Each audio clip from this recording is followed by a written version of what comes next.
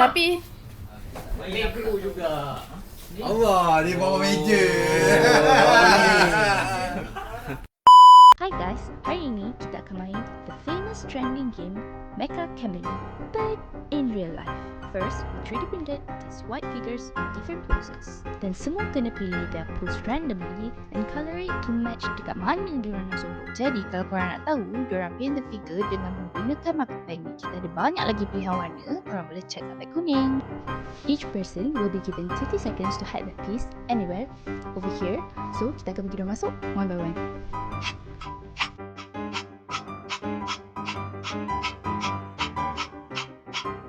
Bos kita akan jadi first hunter. Figure siapa yang first dia jumpa, dia akan jadi hunter bersama. Contoh, masa game kita bagi 10 minit. Nampak saya ikut je kalau.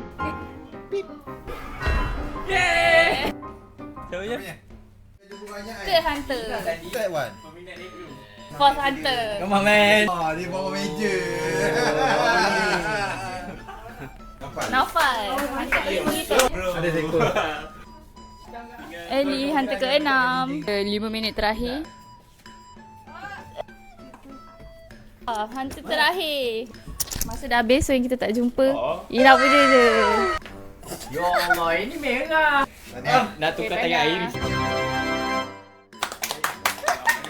Penat juga nak cari benda ni. Tapi kan, korang rasa patut tak kita sorok benda ni kat luar biar korang pula yang cari. Kalau korang setuju, komen down below tempat mana yang paling best untuk kita orang sorok. See you guys in the next video.